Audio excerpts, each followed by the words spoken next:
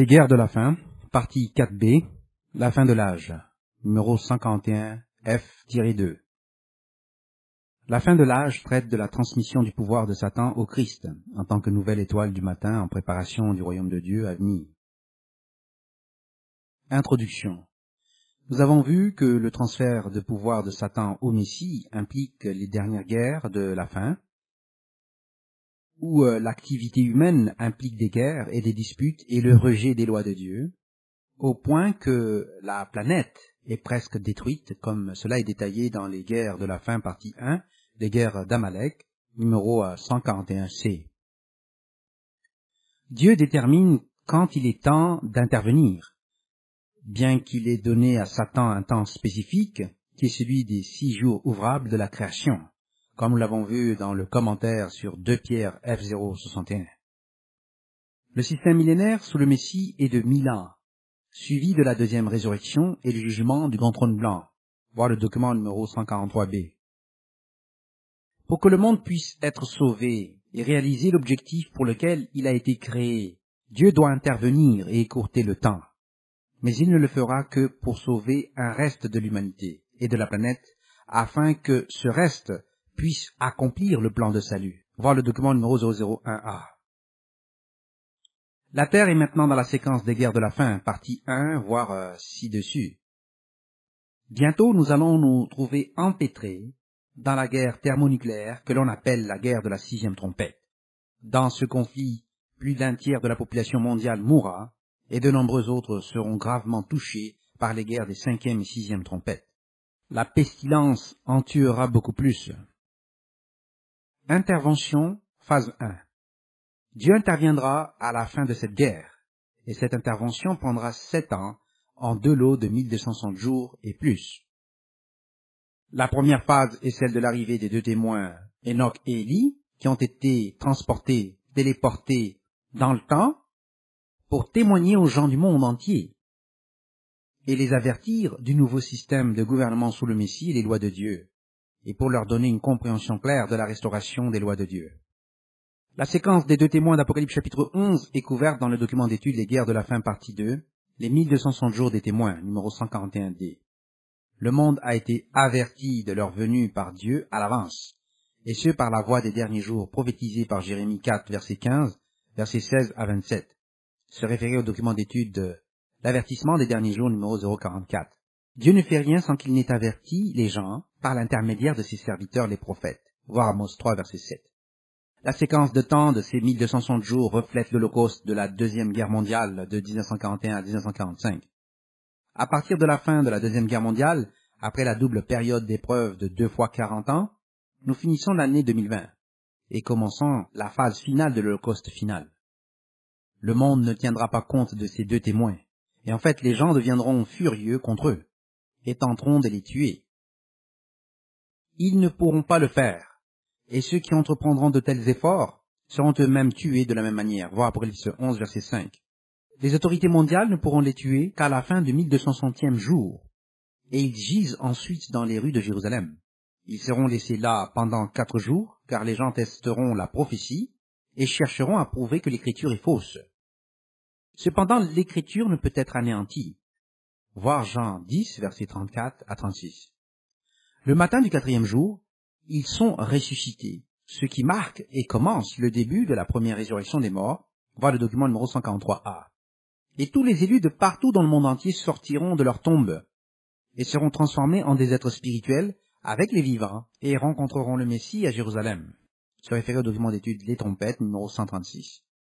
Les démons auront été rassemblés par l'armée loyale et confinés au Tartaros pendant les 1000 ans du millénaire.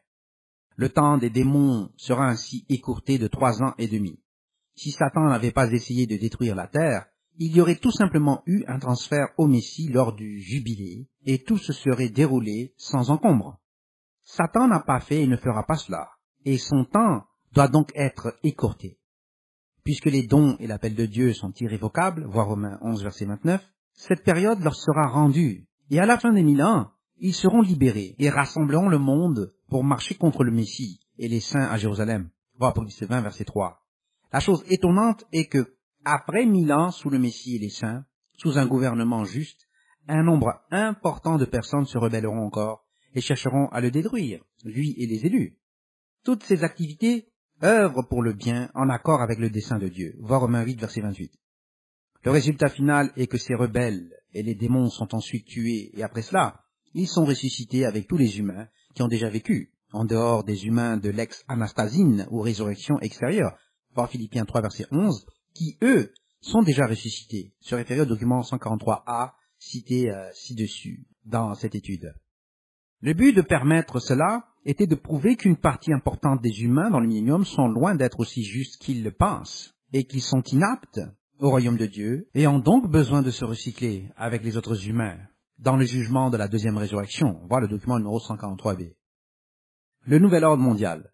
Après les guerres des trompettes qui ont été provoquées par Satan et les démons, utilisant l'avarice et la cupidité des communistes, se faisant passer pour des socialistes, le nouvel ordre mondial sera mis en place sous les Nations Unies, l'ONU, et les agents infiltrés communistes en eux, et les systèmes pseudo-chrétiens et pseudo-musulmans. Ils seront également facilités par l'Union européenne et les pays du bloc de l'Est.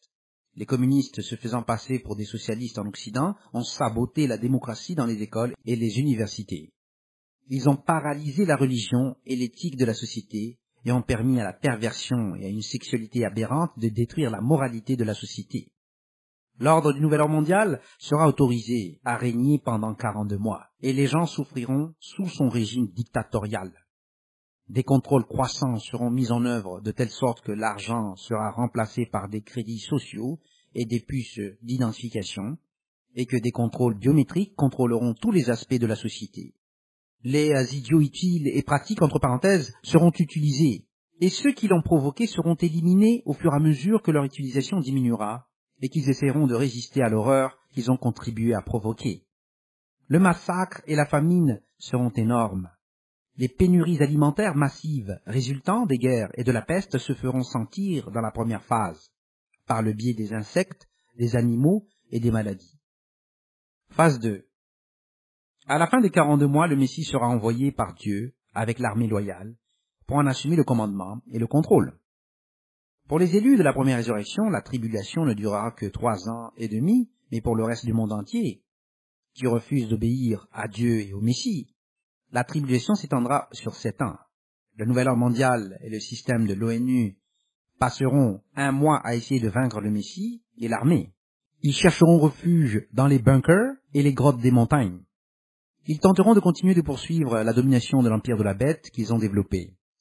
Le nouvel ordre mondial et le système de fausses religions ou la religion et l'athéisme de la bête seront détruits au cours de ce 43e mois.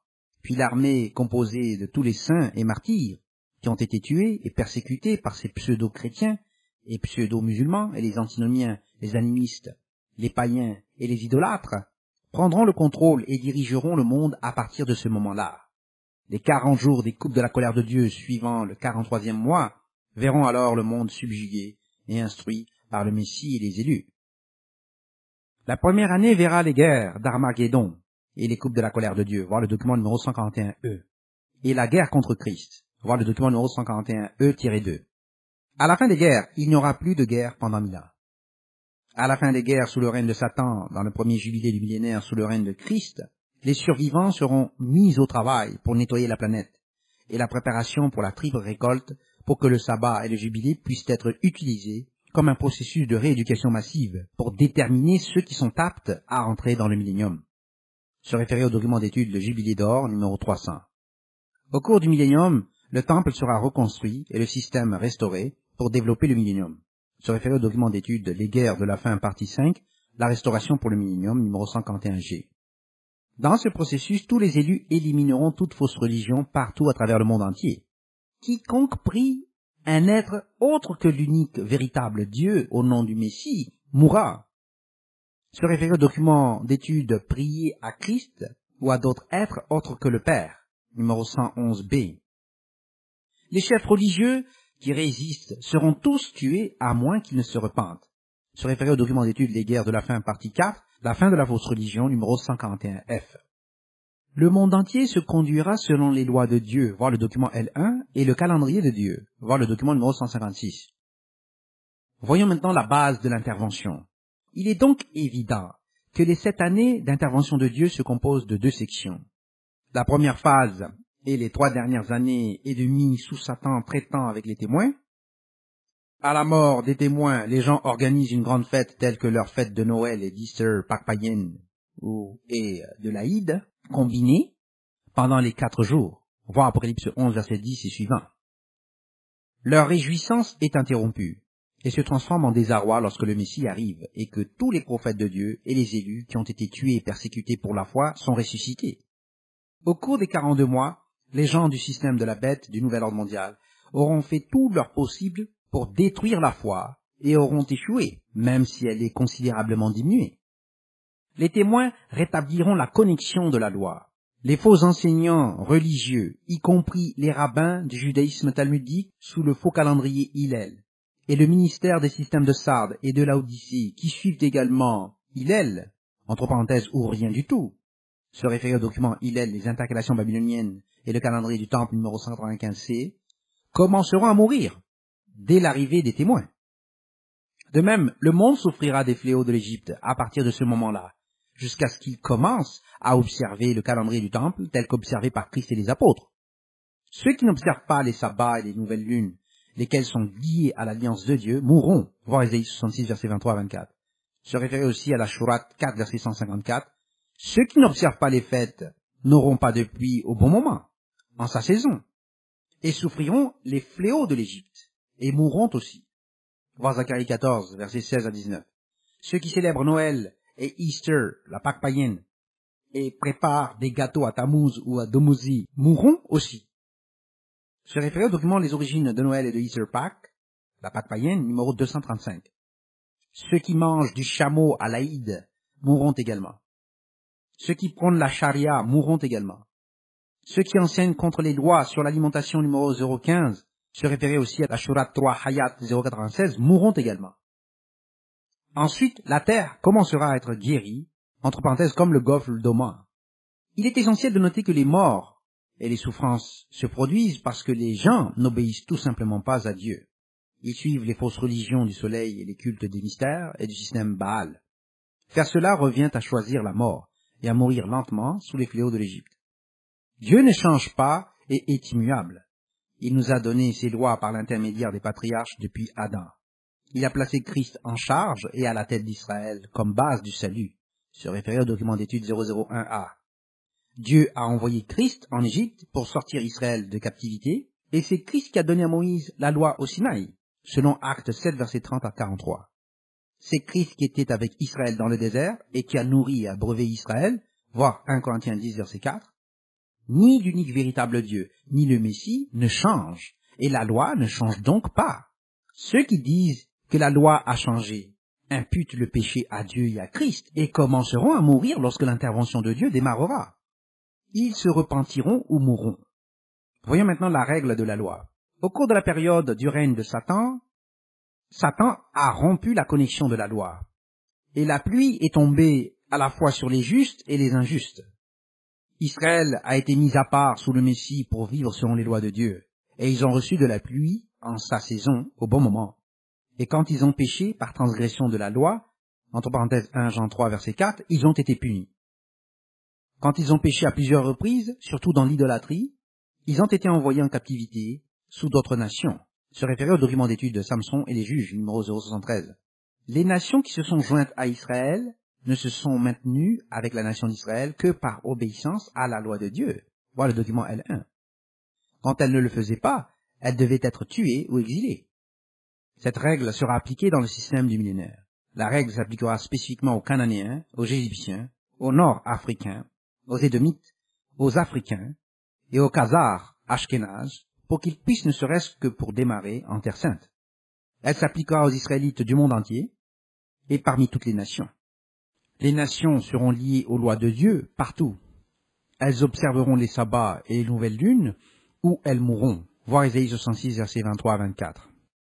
Chaque nation du monde entier célébrera la fête de la Pâque et des pains sans levain, la Pentecôte et les tabernacles.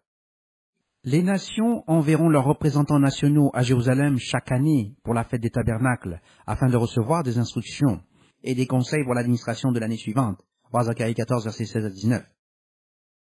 Les nations qui n'observent pas les lois de Dieu et le calendrier de Dieu, voir le document numéro 156, et qui envoient leurs représentants à Jérusalem, ne recevront pas de pluie en sa saison et subiront les fléaux de l'Égypte. Voyons maintenant la peine de mort. Les lois de Dieu sont appliquées par la peine de mort. Un exemple dans les premiers temps est celui de l'homme qui ramasse du bois le jour du sabbat, voir Nombre 15, versets 32 à 36. Moïse a dit de le mettre sous tutelle jusqu'à ce qu'il décide de ce qu'on lui ferait. Moïse est allé voir Christ et Christ lui a dit de le lapider à mort. De cette façon, il est devenu un exemple public pour la nation. Christ ne sera pas différent quand il reviendra pour appliquer le plan de Dieu. De même, tous ceux qui gardent le jour du soleil comme sacré pour l'adoration, entre parenthèses, ou la récréation, et qui travaillent le jour du sabbat, seront mis à mort. De même pour ceux qui célèbrent Noël et Easter, la Pâque païenne, voir Jérémie 10, versets 1 à 9, se référer aussi au document d'étude des origines de Noël et d'Easter, Pâque païenne, numéro 235. Voyons maintenant les terres. La propriété foncière dans le monde sera conforme aux attributions tribales et ne pourra être vendue que si les propriétés se trouvent dans des villes fortifiées et en pleine propriété, auquel cas elles peuvent être vendues à perpétuité. Toutes les villes seront basses, situées au niveau du sol, voir Ésaïe 32, verset 19.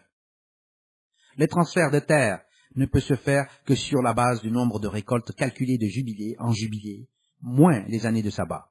Aucune terre ne peut être transférée à des étrangers, à moins qu'ils ne soient résidents de la nation, et se voient attribuer des terres en pleine propriété dans les villes ou des propriétés tribales en tant que membres des tribus des nations. La restauration des outils des magistrats comprendra le bâton, la verge et le fouet. On ne pourra pas infliger plus de 40 coups de fouet. L'excédent des 40 coups doit être infligé à la personne qui ordonne la punition. La corruption doit être traitée comme un vol, et 4 fois l'activité corrompue doit être remboursée par les fonctionnaires corrompus. La révocation suite à la corruption répétée est punie de mort, tout comme les faux témoignages répétés et toute autre violation délibérée et répétée de la loi. Des villes de refuge doivent être établies pour la protection des citoyens. Les lois de Dieu seront rétablies dans le monde entier et appliquées par des châtiments nécessaires en vertu de la loi. La sanction finale est la peine de mort. La deuxième résurrection est soumise à la seconde mort, et à partir de là, il n'y a aucune guérison, et la personne cesse d'exister. Fin de la lecture de l'étude Les guerres de la fin, partie 4b, la fin de l'âge, numéro 141F-2.